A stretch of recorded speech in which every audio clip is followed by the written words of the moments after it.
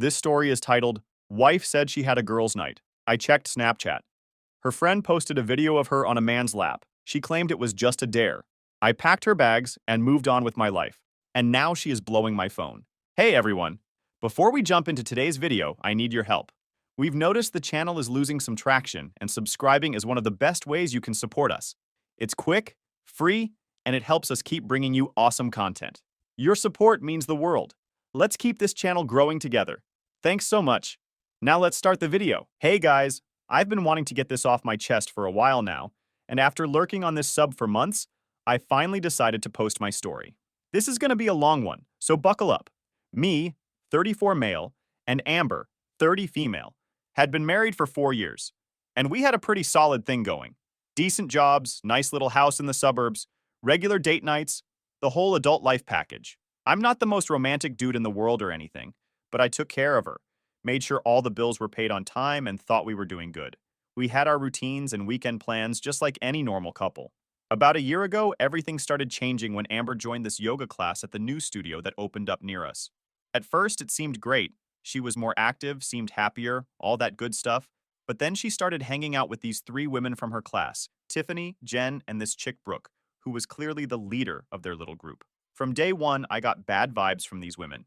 They were all in their early 30s like us, but acted like they were still in college, always taking selfies with those stupid filters, giggling about inside jokes, and doing these dumbass challenges they found online. The kind of women who think getting wasted on a Tuesday is peak entertainment. You know the type. At first, I was actually happy for Amber. Most of our old friends had either moved away or gotten busy with kids, so I was glad she found some new people to hang with. For the first couple of months, it seemed like a positive thing. She was more upbeat, had more energy, and honestly, it gave me some time to chill and do my own thing. Win-win, right? Man, was I fucking wrong. Slowly but surely, my wife started changing. And not in a good way. Her style of clothes changed first. Then the way she talked, suddenly using all this slang I'd never heard her use before. Always on her phone giggling at their group chat messages. Our quiet nights watching movies turned into her being physically there, but mentally checked out, constantly looking at her phone. She started going out more too.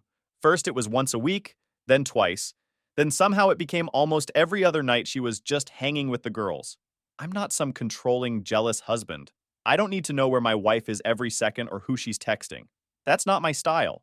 But when your partner of 4 years suddenly starts acting like a completely different person, you notice that shit. It was like watching her transform back into a college freshman right before my eyes. The real disrespect started when they began coming over to our place.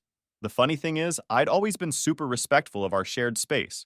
My buddies wanted to come over for game nights or to watch sports all the time, but I always limited it to once a month max because I knew Amber valued her quiet time at home. I'd check with her before inviting anyone over, give her plenty of notice, and my friends always cleaned up after themselves out of respect for our home.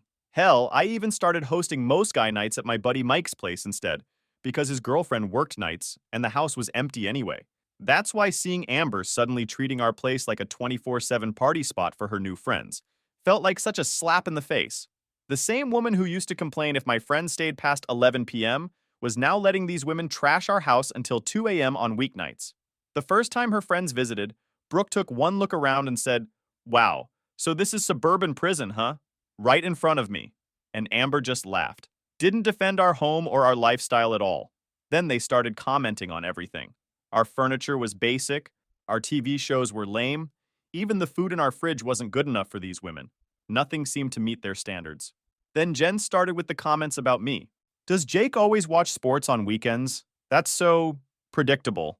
Again, Amber just giggled. Didn't stand up for me at all. I pulled her aside later that night and told her I thought her friends were being pretty disrespectful.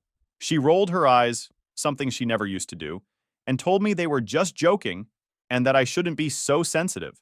That shit hurt, not gonna lie. The Amber I married would never have dismissed my feelings like that. This wasn't about me being sensitive. This was about basic fucking respect. These women came into my house that I paid for, ate my food, and then had the nerve to mock our lifestyle? And my own wife was laughing along with them? Fuck that noise. As the weeks went on, it got worse. They'd show up unannounced on nights Amber told me would be just us. They'd blast music until the neighbors complained. They'd leave messes everywhere and never help clean up. And Amber started picking up all their worst habits. Suddenly, she was too good for our usual restaurants.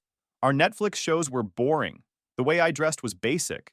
It was like living with a stranger who looked like my wife, but acted like a mean girl from some high school movie. I tried to be patient, told myself it was just a phase. Maybe she was going through some kind of early midlife crisis or something. But deep down, I knew what was happening. These new friends were driving a wedge between us, and Amber was letting them do it. The most fucked up part? I could see how they were manipulating her. They'd build her up when she was acting like them, and tear her down when she acted like herself. Classic mean girl tactics. If she spent a weekend with me instead of them, she'd get passive-aggressive texts about how they missed her and how much fun they had without her. Then she'd feel guilty and spend the next 3 nights out with them to make up for it. I was losing my wife to these toxic women, and she couldn't even see it happening. Or worse, maybe she could see it and just didn't care. Either way, I was starting to feel like a stranger in my own marriage. Like I was just the boring husband who paid the bills while she was out living her real life with her cool new friends. By about 6 months in, we were barely talking, just passing each other in the hallway, giving quick updates about schedules, the kind of conversations you'd have with a roommate you're not particularly close with. I knew something had to change. I couldn't keep living like this. It wasn't even about the lack of attention. It was about the complete lack of respect. My wife was treating me like I was some kind of obstacle to her happiness instead of her partner. And I was getting really fucking tired of it. After multiple months of this bullshit, I finally snapped. It happened on a Friday night when I was looking forward to just chilling after a long-ass work week. I got home early, thinking I'd order a pizza and maybe play some Call of Duty. Opened the door to my house and bam, it was fucking chaos. Amber hadn't even texted me that people were coming over. Just decided our house was suddenly party central. Brooke, Jen, Tiffany, and like 3 other women I'd never even seen before were spread across our living room with music blasting so loud the windows were practically shaking. They had brought their own booze but were using all our glasses and shit. There were chips and dip all over my coffee table, shoes thrown everywhere, and there's Amber, right in the middle of it all, acting like this is totally normal. Like hijacking our house without warning is just another Friday night. What pissed me off even more was that they'd taken over my gaming area in the basement, the one space in the house that was supposed to be just mine. I'd spent 3 years building that setup. Custom PC I built myself, racing chair I saved up for 6 months to buy, limited edition controllers for my PS5, including that Spider-Man one that's impossible to find now. Had it all arranged perfectly with surround sound and mood lighting. One time, I found Brooke and 2 of her friends taking selfies at my desk, posing with my stuff like it was some kind of prop for their Instagram. One of them had her wine glass right next to my keyboard, and another was sitting in my chair wearing my gaming headset. The worst part? I watched in real time as Tiffany knocked over her full glass of red wine all over my limited edition controller.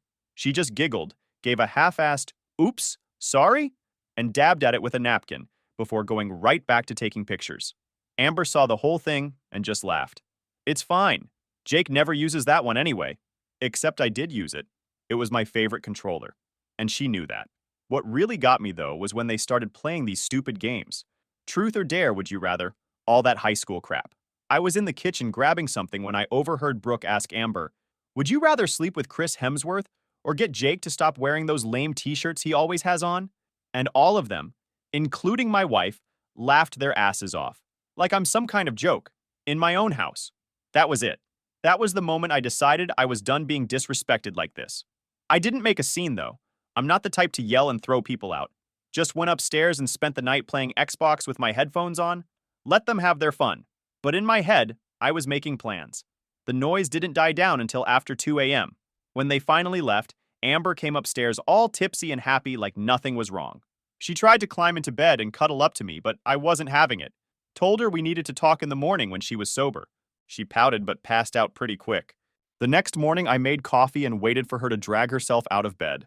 When she finally came downstairs looking like death warmed over, I got straight to the point. "This shit with your friends has to stop," I said. Didn't yell or anything, just stated it as a fact. She immediately got defensive, giving me this look like I was being ridiculous. "What are you talking about?" "I'm talking about them coming over whenever they want. I'm talking about them disrespecting our home, our relationship, and me directly to my face. And I'm talking about you laughing along with it." She rolled her eyes. "Classic Amber move lately. They're just having fun, Jake. It's not that serious." "It's serious to me," I said. "These people are changing you and not in a good way. The Amber I married wouldn't have let anyone talk shit about her husband or her home. That hit a nerve." She started getting worked up, voice getting louder. So what? I'm not allowed to have friends now? You want me to just sit at home every night watching your boring shows and doing nothing with my life? And that's when I knew just how far gone she was. In her mind, our life together was boring and nothing. All the years we'd built together, all the memories and inside jokes and quiet nights, that was all worthless to her now. That's not what I said, I replied, keeping my voice calm. You can have friends, but these people, they're toxic, and they're making you toxic too, she scoffed. You don't even know them. I know enough, I said. I know they've got you acting like you're 21 again. I know they've got you treating me like I'm just some buzzkill in your way instead of your husband, and I know I'm sick of it. We went back and forth like this for almost an hour. Her defending them, me laying out all the ways they'd been destroying our marriage. Finally, I'd had enough of the circular argument. It's them or me, Amber. She froze. What? You heard me. Either you distance yourself from these people who clearly have no respect for me or our marriage, or I'm done. That's not fair, she shouted. You can't make me choose between my husband and my friends? I'm not making you choose anything, I said. I'm telling you what I will and won't accept in my life, and I won't accept being treated like garbage in my own home by my own wife. She stormed off after that, grabbed her purse, and left without saying where she was going. I figured she was running to Brooke to cry about her controlling husband. Fine by me. I meant what I said. Amber didn't come home that night, or the next. By Sunday evening, I was starting to wonder if that was it, if our marriage was over just like that. Then around 9 p.m., I heard her key in the door. She looked like she'd been crying. Sat down on the couch next to me but not touching. We sat in silence for a while before she finally spoke. I don't want to lose you, she said quietly. I didn't respond right away. Wanted to hear what else she had to say. I'll stop hanging out with them so much. I didn't realize how it was making you feel. Part of me wanted to say, bullshit. I've been telling you exactly how it made me feel for months. But I held my tongue. This was progress, at least. It's not about how often you see them, I explained. It's about the way they treat me, and the way you let them. It's about respect, Amber. She nodded, still not looking at me. I know, I'm sorry. I'll talk to them about it. I shook my head. Number. If you have to explain to grown women why they shouldn't disrespect someone's husband in his own house, they're not worth keeping around. She didn't argue, which surprised me. Just nodded again. Okay, I'll stop seeing them. I wasn't sure if I believed her, but it was a start. We spent that night just sitting together watching TV, not really talking much. The tension was still there, but at least we'd taken a step in the right direction. Or so I thought. For the next couple weeks, things seemed better. Amber was home more often. The constant texting slowed down. No more surprise visits from the Mean Girls squad. We started doing stuff together again. Cooking dinner, watching shows, normal couple stuff. I put in extra effort too, trying to show her that our life together wasn't boring if we both actually participated in it. I took her to that fancy Italian place she always wanted to try, planned a weekend trip to the beach, even sat through one of those romantic comedies she likes without complaining. I was really trying to make it work, to remind her why we got together in the first place. Things were actually pretty decent between us. We were talking again, spending time together. I really thought we might be turning a corner. But you know that feeling in your gut when something's just off? I started noticing little things that didn't add up. Amber would say she was going to the grocery store but come back 3 hours later with just a few items. Or she'd claim she had to stay late at work, but then I'd check our credit card statement and see a charge from some restaurant across town during that time. The biggest red flag was her phone. Before all this drama, Amber never cared if her phone was sitting out. She'd leave it on the coffee table, go take a shower, whatever. But now, that thing was glued to her 24/7. Even took it to the bathroom with her. And she changed her passcode. I noticed her using a different pattern one day. Now, I'm not the kind of guy who demands to go through my wife's phone.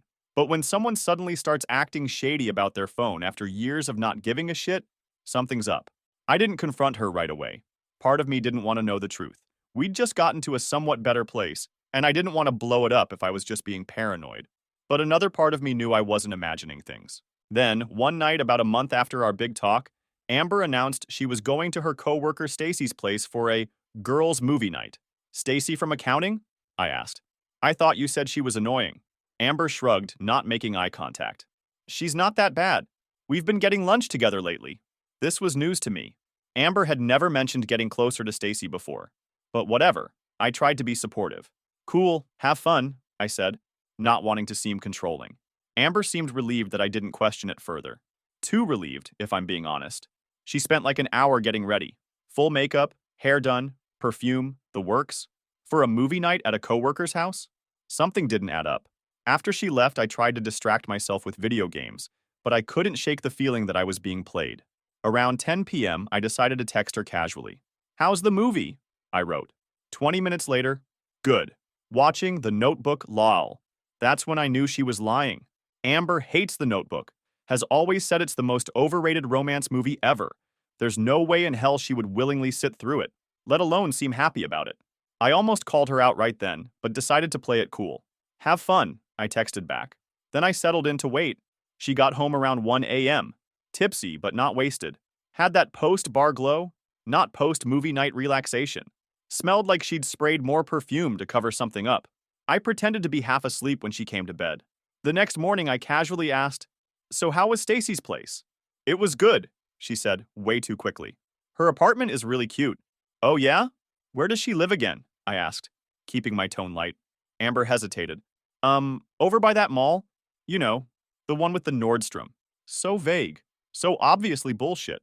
But I just nodded and changed the subject. This pattern continued for a couple more weeks. Her going to the gym, but coming back without looking like she'd worked out. Her meeting a client for coffee on a Saturday. She's never worked weekends in her life. Her bumping into an old friend that somehow required her to be gone for 5 hours. I started to think that this wasn't just about her shitty friends anymore. It's about her character.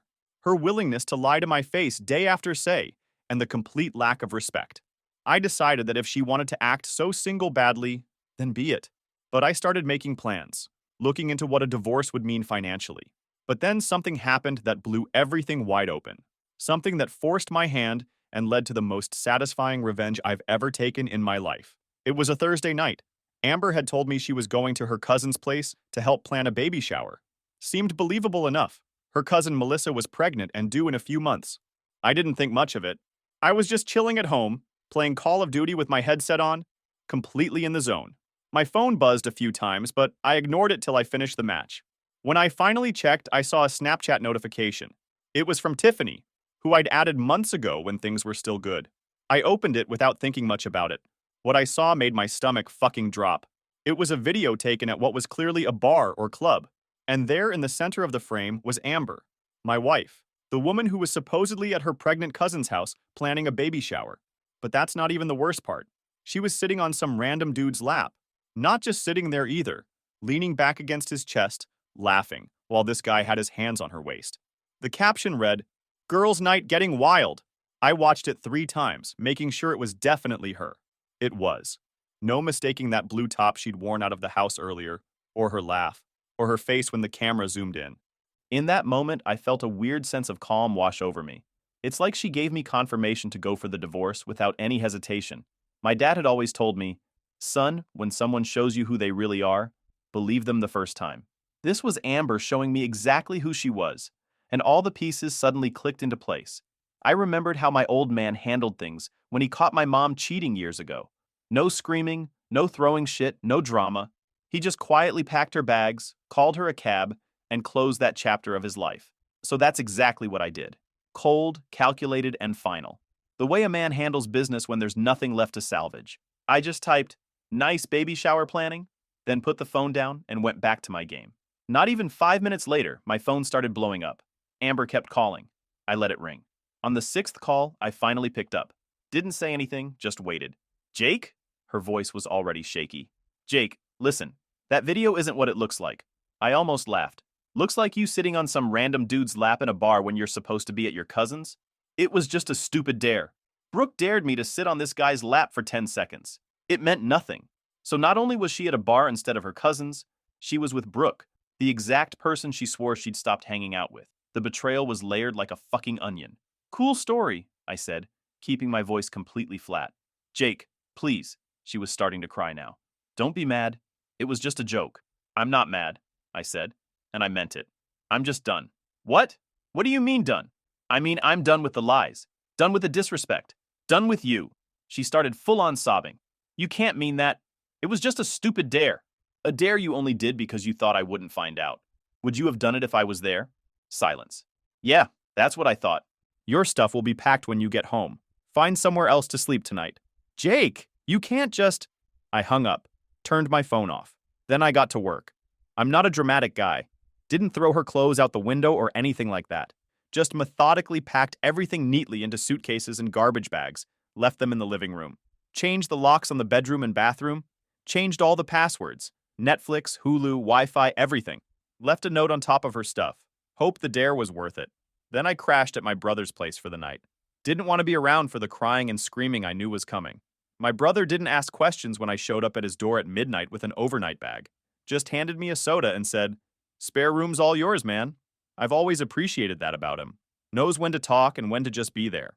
That night, I turned my phone back on to find 37 missed calls and about 50 texts. All variations of the same bullshit. Please come home so we can talk. It wasn't what it looked like. You're overreacting. Where am I supposed to go? I'm sorry, please just talk to me. I didn't respond to any of them. Just blocked her number and went to sleep. The next day, I went to work like normal. Focused on my job. Tried not to think about the shitstorm waiting for me at home. Around lunchtime, I got a message from a number I didn't recognize. It was Amber, of course, using someone else's phone since I'd blocked hers. "Jake, I slept in my car last night. Please let me come home. We need to talk about this." I blocked that number too. Then I got a different kind of message. From Tiffany. "Jake, I'm so sorry. I didn't know you guys were having problems. I wouldn't have posted that if I knew." Interesting, so it wasn't a deliberate attempt to expose Amber, just a drunk girl posting party videos without thinking. I actually appreciated the honesty. Then another from Jen. "Amber's a mess. She's saying you threw her out over nothing. Is that true?" I didn't respond. Those girls survive on drama. Shit spread fast after that. The truth came out eventually, and suddenly Amber's best friends weren't so supportive anymore. Turns out Brooke had been pushing Amber to flirt with this guy all night, just to see if you still got it, she'd said. But when Amber actually got caught and everything blew up, Brooke wanted nothing to do with it. "This is your mess," she told Amber. "Don't drag me into your marriage problems." Just like that, her ride-or-die girls abandoned her. Even Tiffany, who'd known Amber the longest, refused to let her crash at her place. The only place Amber had left to go was her parents. But I made sure they knew what happened first. Simple text to her mom. "Hey, Mrs. Clark, just a heads up. Amber might be coming to stay with you. You might want to ask her why we're separating before you take her side." By the time Amber showed up at their doorstep, they already knew she'd been out clubbing and sitting on random guys' laps while lying about where she was. Later that day, I went home to grab some more of my stuff. The house was empty. Amber had obviously come and gone. Her bags were still there, but she'd clearly rifled through them, probably grabbing essentials. There was a tearful handwritten note on the kitchen counter that I didn't even bother to read. Just crumpled it up and threw it away. I stayed at my brother's for a week. Gave myself time to cool off, think about what I wanted to do next. Amber showed up while I was at work, left her key in the mailbox with another note I didn't read. And that was it. 4 years of marriage ended by a 10-second Snapchat video. I filed for divorce the following Monday. And when you don't have kids, and most of your assets are separate anyway, it's surprisingly straightforward. Amber tried one more time to talk to me, showing up at my office. I told the receptionist I was in a meeting and had security escort her out. Sounds cold, I know. But by that point, I just wanted it over with. Some of you might be thinking this was an overreaction to a drunken mistake. And maybe if it had been an isolated incident, I might have been willing to hear her out. But it wasn't. It was the culmination of months of disrespect, lies, and gaslighting. The video just gave me the evidence I needed to finally pull the trigger. And honestly, once I made the decision to end things, I felt nothing but relief. Like I'd been carrying this heavy weight for months and could finally put it down. Since cutting her out, everything's been on the up and up for me. Been hitting the gym 5 days a week, and honestly, the results are showing. Down 25 pounds of fat, gained actual muscle for the first time since college, and my confidence is through the roof. Even started getting compliments from random people, which never happened before. Meanwhile, Amber's life turned into a complete shit show. With me gone, she had to face the real world. Had to go full-time at that job she hated, because she couldn't afford her lifestyle anymore. Her parents weren't exactly thrilled about their 30-year-old daughter moving back home after fucking up her marriage, so that situation was tense as hell. After a couple months, she moved in with random Craigslist roommates because even her parents were driving her crazy. Her car died too, so now she's taking the bus everywhere like a teenager. The most satisfying part? Those amazing friends who were supposedly so important, they completely abandoned her ass. Saw on Instagram that Brooke Tiffany, and Jen were still doing their girls' nights and stupid dares, just without Amber. They literally replaced her with some new chick. Didn't even bother tagging Amber in their posts anymore. So much for ride or die friendship. Ran into her at the grocery store about 5 months after our split. Wasn't planned, just one of those awkward moments. I was grabbing stuff for a cookout, looking good. Not to brag, but the gym was paying off. And turned down the cereal aisle. And there she was. She looked like absolute shit. Not just messy, but like life was grinding her down. Dark circles, messy bun, wearing sweats. Definitely not the look she'd wear to impress her fancy friends. When she saw me, she froze. I could see all these emotions on her face: shock, hope, embarrassment, desperation. For a second, I thought about saying something, but then I remembered all the disrespect, all the lies, all the gaslighting. So I just looked right through her like she wasn't even there. Grabbed my Captain Crunch and walked past without a word. Heard her quietly say, "Jake," as I passed, but I just kept walking. Didn't look back. That night, I got a text from a number I didn't recognize. "I saw you today. You look really good. I miss you. I know I messed up and I'm sorry. I really am." Read it once, deleted it, blocked the number. Didn't feel anything at all. That's when I knew I was truly free.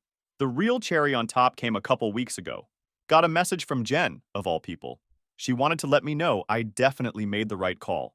Apparently, Amber had been telling everyone I was controlling and paranoid, but Brooke got drunk and admitted Amber had been hooking up with random guys for months before I caught her. That lap dance wasn't just a dare. She'd been flirting with that dude all night and went home with him after. Can't say I was shocked. Deep down, I knew there was more to it than what I saw on Snapchat, but it was still validating to have it confirmed. The whole toxic friend group imploded too. Brooke and Tiffany had a massive fight over some guy, and Jen distanced herself after realizing how toxic they all were. And yeah, here I am now. Healthier, happier, and more at peace than I've been in years. No regrets, no what-ifs. Just grateful I had the strength to walk away from someone who didn't value what we had. For any of you going through similar shit, there's life after betrayal.